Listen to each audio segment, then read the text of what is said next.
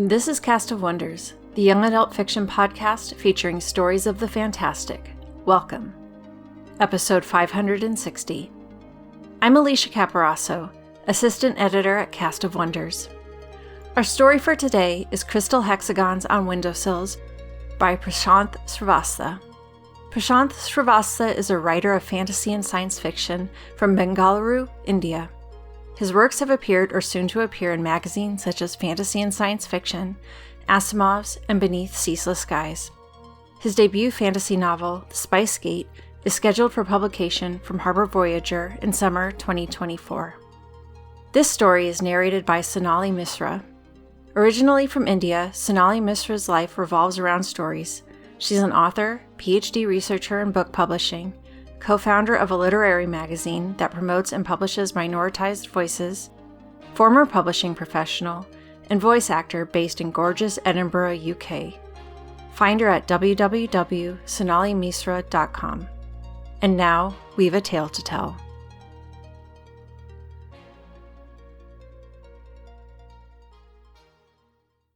Crystal Hexagons on Windowsills by Prashanth Srivastava. Narrated by Sonali Misra. I was the only one among my friends who did not get the letter, which is a real shame because I was the only one who could snap a finger to conjure a flame. It's been 7 weeks. I've stopped checking my phone. At first, when Priya and Faraz received their letters to join the supposedly prestigious University of Magicals for the Great Preservation, I assumed it was just a matter of time before I got mine. It felt good to celebrate with them. Karmic. Honesty from the heart, without any of that posturing. I mean, who wouldn't? Nobody knew how the senders worked. Mahima got one next. Then Karthik, whose attendance in school was so low, you'd imagine the senders would admonish such indiscipline instead of dishing out invitations. Karthik, however, had a knack for appearing harmless and genuine, I suppose. And he's nice to the elders. Who doesn't like people who are nice to elders? But then they went and sent one to Akash. That was the whole of our little ruffian group that had endured since 2nd grade.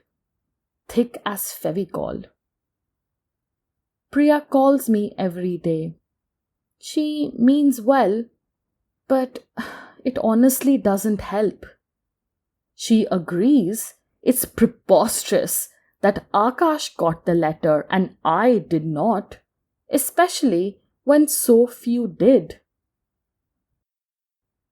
We don't talk about it much, but it's hard to avoid after a point. Not an elephant in the room anymore.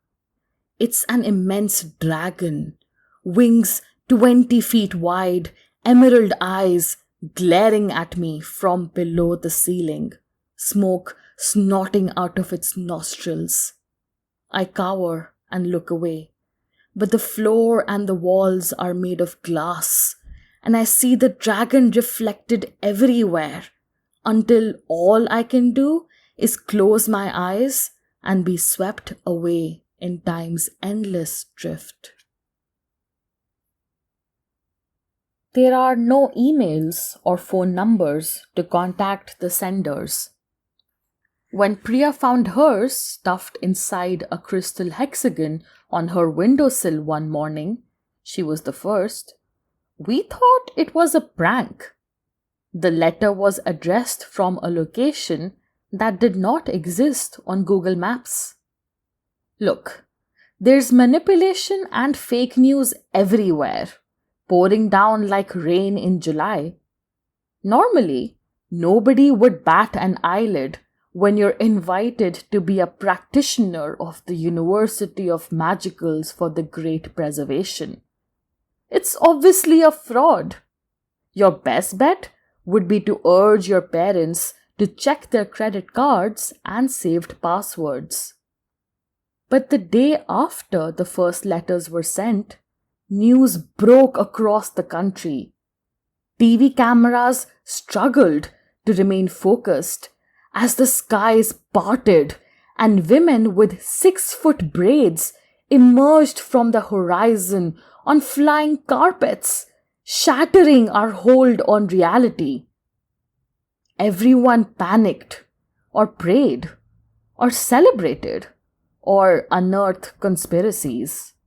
What a day! I thought they were coming for me. I mean, why wouldn't I? Nobody else I knew within a 20-mile radius could spark a flame on the tip of their fingers, or twinkle their eyes to blur all the depressing content on Instagram. I was delighted for Priya when she got the letter. But you can't blame me if I secretly nursed a hope for that feeling. Trust me when I say this. There's not a trick in the book that I didn't employ. I asked Amma to remove the potted plants that ran across our windowsills after Priya found her crystal hexagon. Karthik claimed he had found his on the doorstep, so I forbade Amma from drawing any column in front of the door for a fortnight, lest it dissuade any sender. No incense sticks in the puja room, no lamps burning. I asked Appa to switch to the newspapers that Faraz's parents read. I put jasmines in my hair, swore myself off potato chips, and helped Amma cut vegetables for lunch. I pretended to be a jerk like Akash, and like the walking contradiction that I am, even helped an old woman cross the road. I clung to superstition and went to bed with it. Nope, nothing. Just a pigeon that came and shat on the windowsill. I'm now a week away from losing my closest friends to the university.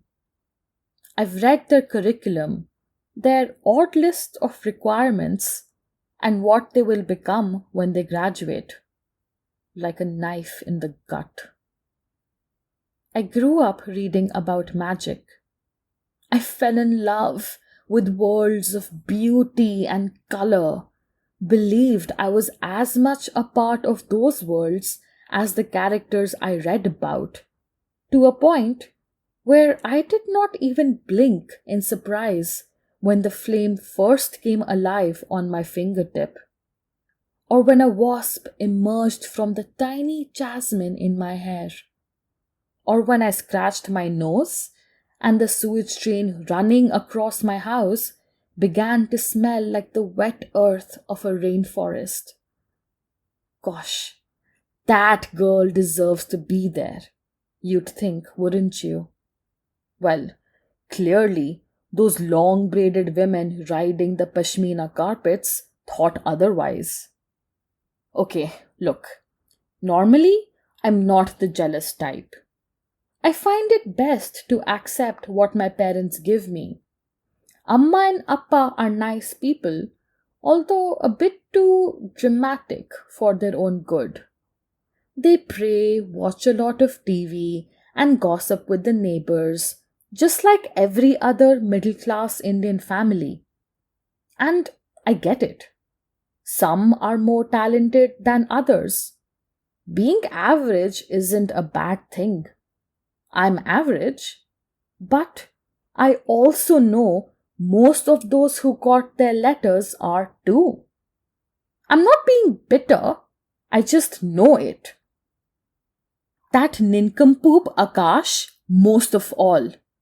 In his effort to open the window and retrieve the hexagon, he let it slip off his hand, fall 3 floors, and shatter on the sidewalk into 100 pieces before the letter within threatened to be carried away by the wind.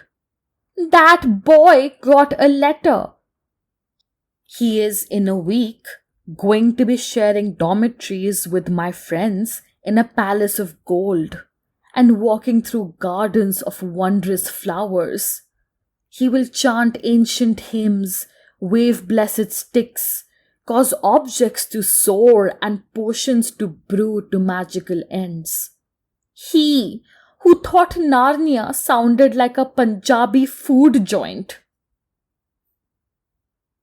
Appa senses I'm losing my mind thinking about it all the time. He's tried talking to Karthik's dad, but they're just clueless as we are. The crystal hexagons showed up without warning on doorsteps and windowsills, and every parent was terrified at first.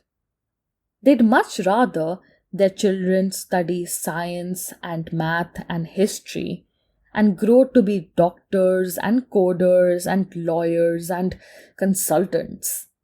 The middle class dream, security and marriage, kids, traffic jams and theme parks, and routines that eat the soul.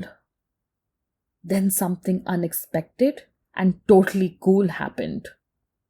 The senders spoke to every house in the country at the same time, their voices seeping through the walls like bad plumbing. The carefully chosen cohort of youngsters would serve the nation in a way that would fill up their parents' quotas of pride for the next 7 generations. The myths and fables, long buried in neglected pages and corridors of school libraries and closed bookstores, were trickling out and coalescing into something solid and terrifying, like that scene in The Terminator. Or at least that's what Appa told me. I couldn't hear what the sender said. Everything was garbled to my ears. Probably just negative content. Anyway, now we know. The senders are recruiting for their prestigious schools and universities and guilds, places wrapped in mist, hidden away from the eyes of those who did not find little crystal hexagons on their windowsills or doorsteps, away from eyes like mine. There's no choice for the parents whose pride did not get stroked and tickled. Letters from the senders cannot be exchanged.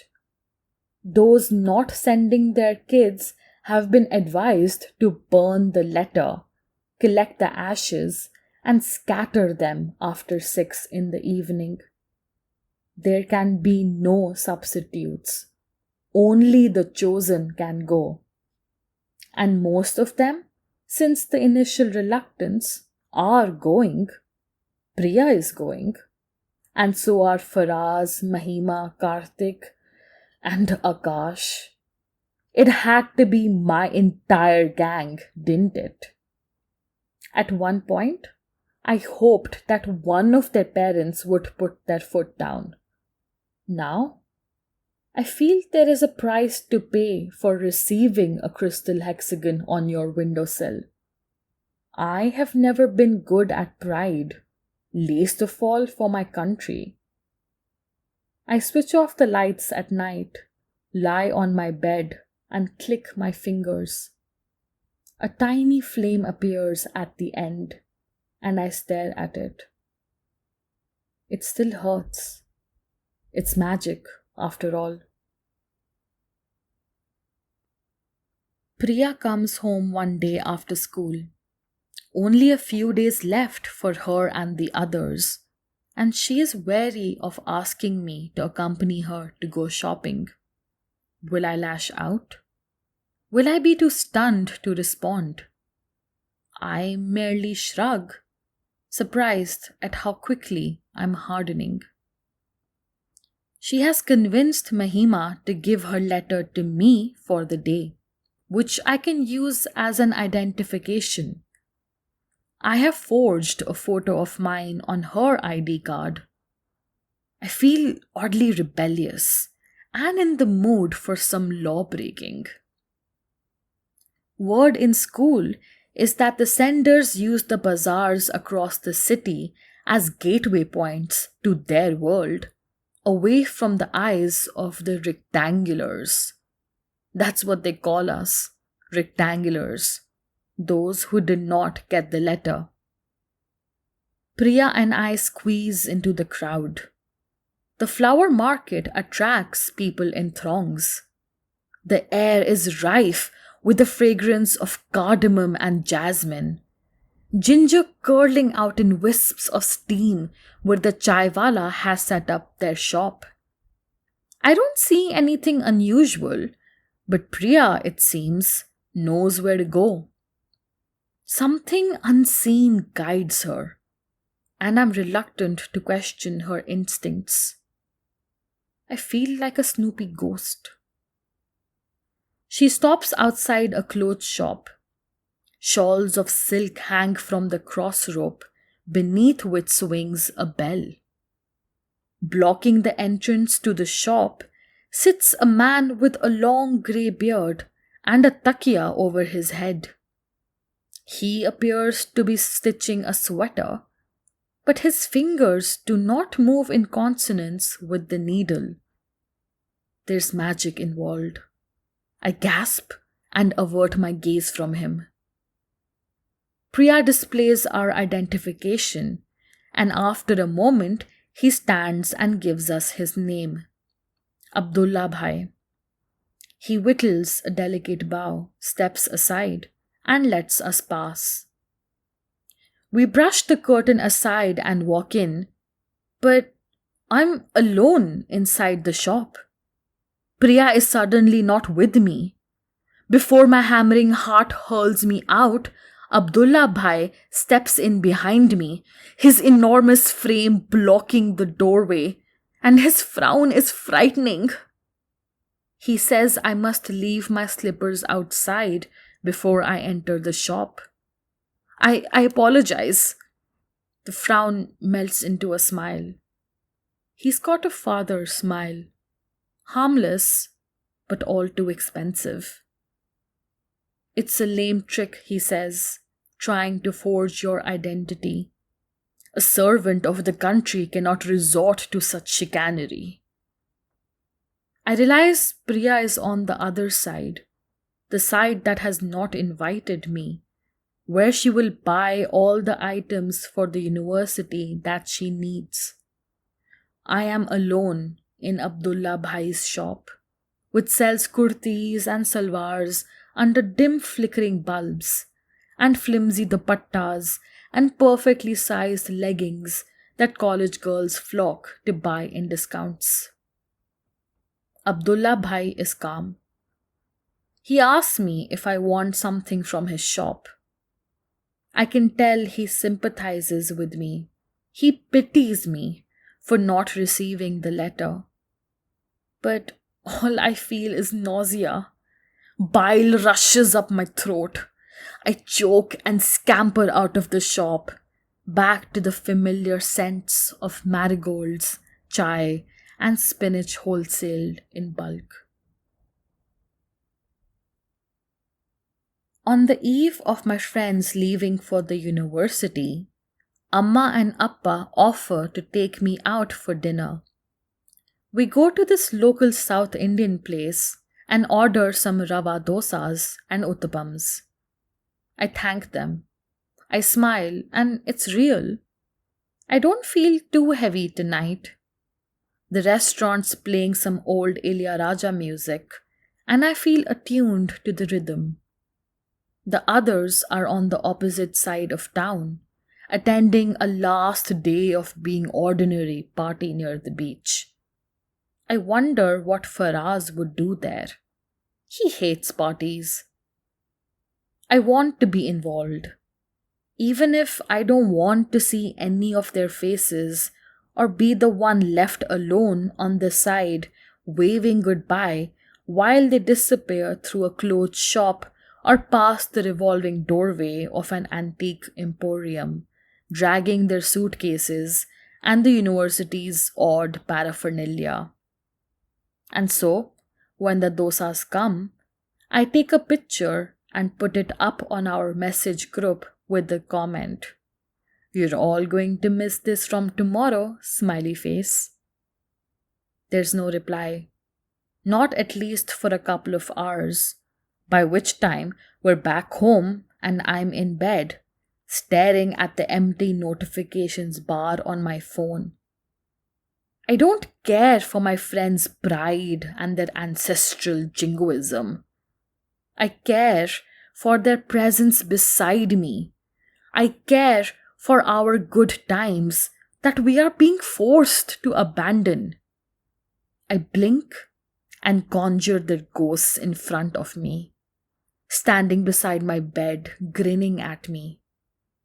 I could keep the ghosts with me forever, and maybe sharpen my mind to solidify them as the days pass. But then I snap out and send the ghosts away. Faraz chimes in with a bored hi when I almost give up. My hand fumbles in desperate response. I ask him about the party. He's gotten back home early because he wants a good night's sleep and to spend time with his grandfather before he leaves in the morning. The others don't respond. Probably still there, dancing and exchanging gifts and items bought in the hidden bazaar. Or probably not that interested in responding. It's understandable. Time's running out and there's a lot to pack and a lot of goodbyes to convey. I hear phones do not work in the university. How will they communicate then? More hexagons, perhaps. At midnight, I get Akash's text. "I'm sorry, and I'll miss you." It takes me a week to master my self-pity and decide that I cannot look like the loner that I appear to be. It's most difficult in school, where I have now attempted to befriend prideless Pratibha, who also lost two of her friends to the university. We bitch about what they're missing out on. Mostly home-cooked food, the local trains, going to the cinema, and scrolling through their phones.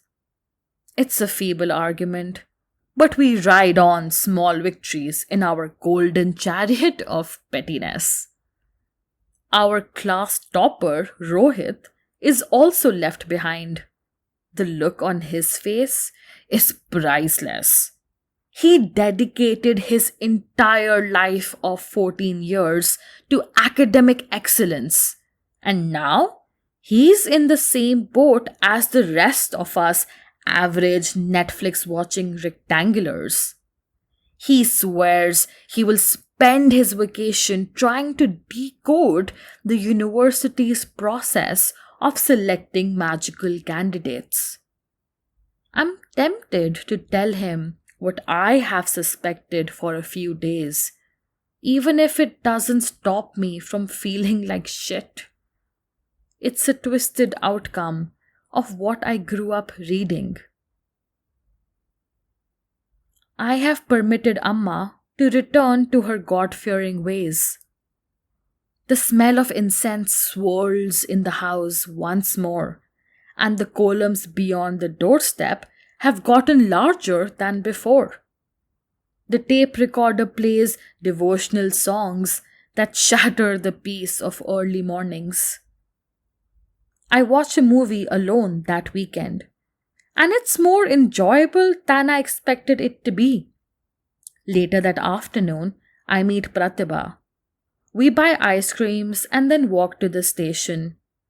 Unbeknown to her, I flick my fingers to refill the chocolate topping on her vanilla. When she leaves, I don't feel like returning home. It's still 5 in the evening, and the bazaar would still be open. I buy myself a vada pav with an extra green chili and stand several shops away from Abdullah Bhai's emporium. My eyes do not leave the curtain swaying at the entrance. I glance at the silk shawls, at the diamond beaded buttons on the shirts, and the handcrafted kerchiefs dangling from the rope. Every few minutes, the curtain parts and someone strides out. Someone who I'd never seen walk in. They merge into the crowd and disappear before I can identify them. I stare anyway until it's dark and I remember my mother's curfew time. The senders are careful about their communication. The media on this side is relentless in their itch to discover more, but there's only so much you can fabricate. The secrecy is both terrifying and exciting. Those whom the university took in have sent letters home, but Faraz's mother tells me there isn't much Faraz is allowed to say. Karthik's post is on my desk, but I haven't opened it. Priya was smart. She didn't send me one. I feel less vindictive towards Akash. He's dumb and he's the kind who stands erect whenever the national anthem plays, but he's still a friend of habit and years. Sometimes those are the ones who stick, the ones who glue themselves to the time that wraps around you in coils, like a dragon around gold. I hope he is not faring too badly. One evening, I buy a birthday gift for Pratibha. We have a lot more in common than I first thought. I let her in on why I think we have not been chosen, to make her feel a little better. She agrees. I don't show her the flame on my fingertips, though, or the wasp in my hair. It's 6 p.m. I finished my vada pav 10 minutes ago, and the crowd in the bazaar is thick as spaghetti. Abdullah Bhai was there in front of his shop one moment, and now he isn't. The curtain of his emporium sways against the evening breeze, and a pamphlet flies out from within. It rolls on the street, and a dozen people stamp on it. Hammered with shoe marks, but still exhaling like crumpled parchment, it lodges beneath a rickshaw tire and sighs in relief. I sneak towards the rickshaw, pick the paper up, and brush away the dirt. My touch smooths the wrinkles and clears the footprints. It's an advertisement for flying carpets. 10% off on full moon nights. The seller's name is blurred to my eyes. There's a war cry beneath. It's a weapon, or at least a transport for war. I want to crumple the parchment again before discarding it for garbage. On the other hand, maybe I should return it to Abdullah Bhai. I'm not sure if he remembers me, or if he's noticed me prowling around his shop over the last few months. I have promised myself today will be the last. Next week, everyone from the university will return for their Diwali holidays, and the media will spatter themselves on their apartment walls and stuff cameras into their windows. Priya and Karthik will switch on their phones and send me texts, or worse, photos and videos. Today is all that stands between not knowing and knowing. This time, I remember to leave my slippers outside before entering Abdullah Bhai's shop. The shelves are lined with cottons and silk salwars and dupattas. A feeble bulb flickers overhead. There are no windows, and the air is heavy inside. The soles of my feet tickle the carpet underneath. I clutch the flyer and stroll within. My fingers graze over the material of the salwars. Better than most I own. I fiddle with the buttons and the glass beads on the kurtis. I sample a few tops against the mirror. A cough makes me drop the salwar. Abdullah Bhai enters, and this time his frown does not transform into a smile. He glimpses the flyer for the flying carpets that I'm holding. After a long moment, when I feel I'm going to be punished or something worse, he offers me some water and asks me if I have any favorite colors. Blue, I say. He proceeds to spread a few salwars and kurtis on the glass surface of his table. A second tube light flips on, and the shop grows brighter. My hand courses through the cerulean silk while I feel his eyes on me. It's soft, I say, but I don't have any money. This one's on me, he says. I shake my head, that's unfair. But he doesn't want to listen. He folds it and shoves it into my hand and shakes his head when I open my mouth in protest. He then asks me how I'm doing. It's a simple question that often holds impossible answers. It takes me by surprise. I do not think about Priya, Karthik, and the rest of my gang that often these days. They're always in the back of my head, of course, but most of my thoughts are reserved for my family, a new friend or two, the latest movies, and my studies. I did well in math last month. I wanted to prove myself. These excursions to the bazaar are all that is left of my obsession. In 1 year, I'll be old enough to go to college, and my average brain requires training and patience, and focus most of all. I cannot afford to get distracted by magical universities and flying carpets and causes like fighting for my country with magic. I'm on the regular side for the long haul. I don't know how to respond to him, though. At that moment, the wasp in the jasmine on my hair soars out. I try to catch it, and a flame sputters out of my fingers. The wasp, annoyed by the singe, begins to circle over my head. I gulp and conceal my hand. Abdullah Bhai's brows furrow, ignoring the wasp. I tell him that I want to leave. He casts a knowing look. The carpet beneath my feet suddenly feels rough. I could take you to the other side for an hour, he says finally. You can have a look around. Maybe you'll change your mind.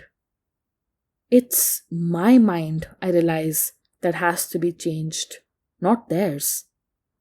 My mind drifts. I imagine the hidden bazaar on the other side of the curtain is not as crowded as its rectangular counterpart. Most people walking around are probably older than me. Men and women in embroidered gowns or outlandish lungis or turbans wound in 7 layers over the head.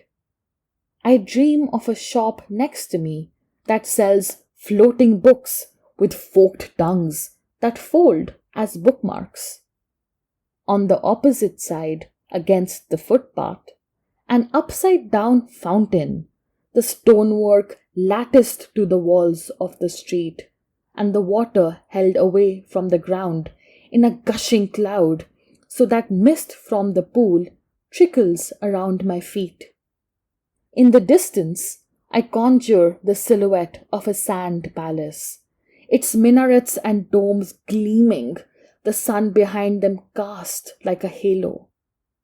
The flying carpet shop is open, its glass window displaying a sample, a green silk carpet with golden weft, an image of a mountain inscribed on the surface. The plaque beneath references its lineage from Solomon's inventory, and its price is in units I cannot fathom. I close my eyes and open them again, back in the emporium. So rough, the carpet. I want my slippers, I tell Abdullah Bhai. I bid goodbye, stifle a tear, and push the curtain to step back out. The wasp follows me and dives back into my hair. Wow, there's so much to say about this story. We could start with the obvious. Of course, there are parallels here with a certain boy wizard and his pals getting their invitations to a certain magical academy. What? Do you think that every single magical child got into that or a similar institution? That every parent let their child go? Or they didn't leave a single friend behind in the mundane world? Though that world was expansive, the story was very narrowly focused. There is a very particular pain associated with being left out, especially when the perpetrator of the pain is not located within the group from which you are being excluded. Our narrator is happy for her friends, yet at the same time she can't help feeling that she is more deserving of an invitation, finding reasons for why they are each less deserving. It is a struggle that isn't resolved at the end of the story, and it can't be resolved because reasoning for how or why each student is chosen is never revealed.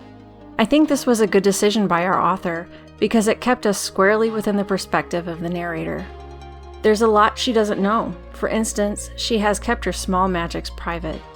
As far as she is aware, Priya, Faraz, Akash, and the others do not have any. But is that actually true? We don't know. Lastly, I'm trying to decide if Abdullah Bhai showing her the shop on the other side was cruel. I'm leaning towards yes. I think her friends understood that keeping the wonders of the other side in letters and such was a kindness. When they return for the holidays, hopefully it will be about family and friendship. I hope our author sets more stories in this world. I want to come back here. Join us again soon. We love bringing you the best audio fiction week after week, but we can't do it without your support. Your donations pay our authors, our narrators, our servers, and our staff. Please consider supporting us with a monthly donation through either PayPal or Patreon.